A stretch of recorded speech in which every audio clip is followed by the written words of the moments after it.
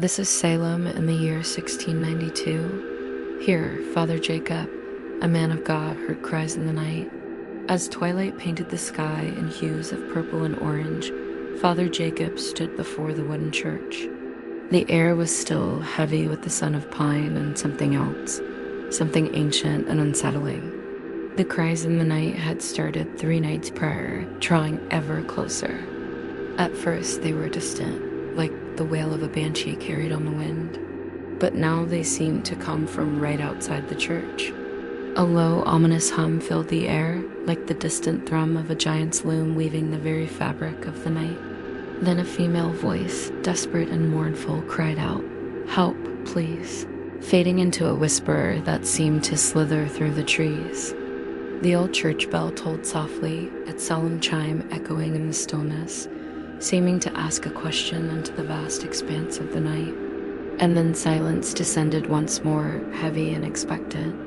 The cries in the night had become a torment, a relentless intrusion into the quiet rhythms of the village. Father Jacob, a man of the cloth, stern and unwavering in his faith, felt a tremor of unease. He adjusted his black robes, their folds heavy and somber against his gaunt frame. In his hand, he clutched a silver cross, its cold touch a comfort in the encroaching gloom. As he looked out into the gathering darkness, his intense eyes, usually filled with the light of his devotion, now glistened with a hint of fear. He ventured into the heart of the woods, where gnarled trees twisted towards the sky like the limbs of giants in a macabre dance. The forest held its breath, watching. The path ahead was cloaked in an unnatural stillness, broken only by the crunch of his boots on the forest floor. The cries grew louder, morphing into whispers that seemed to mock his every step. They brushed against his ears like phantom fingers, sending shivers down his spine. And then through the trees, a faint glow flickered, beckoning like a dying ember in the vast expanse of night. It was a campfire, or so it seemed. But as he drew closer, the whispers intensified, coalescing into voices that spoke of things best left undisturbed. As he stood before the fire, an unsettling sight greeted him. No one was there. The flames danced merrily, casting grotesque shadows that writhed like living things on the surrounding trees. The voices continued their eerie whispers, and for a moment, Father Jacob felt a primal fear grip his heart, the instinctual dread of something not quite right, something that lurked just beyond the veil of his perception. He continued his prayer, the words a shield against the encroaching darkness.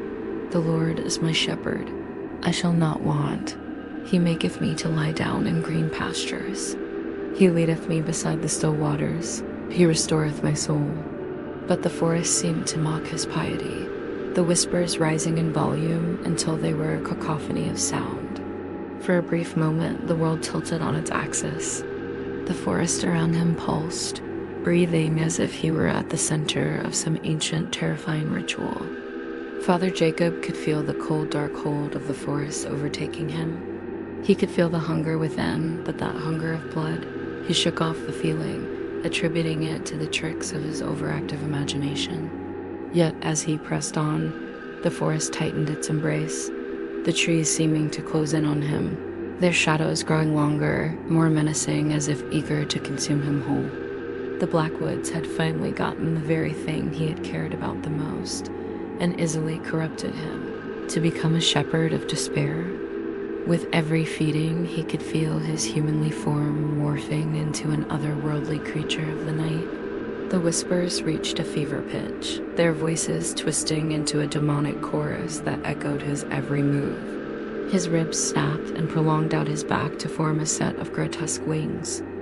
The ground beneath his feet gave way to a sudden jolt, as though the forest itself were recoiling at his intrusion, and the once-to-be angel had formed into quite the opposite. As the father lurked from the skies, he had become one of the greatest adversaries of people entering the Blackwoods. With every soul taken within the woods, the father was granted more leniency. He had become a deceiver of the forest, luring families and villages into the woods. The cross he bore had become his biggest tool of unwavering beckoning. He came across a settlement in the hills, not far from a regular forest. He watched as a young family of 4 sat at the dinner table and began their prayers. A knock was all it took for the dread to appear as he slaughtered the father. The mother ushered them into the unexpected woods. The creatures of the woods wasted little time to catch the mother and son. The darkness consumed the daughter and beckoned her to its call, pretending to be a savior. Into the woods she vanished as the sound of wings of darkness beat overhead, returning to the black woods.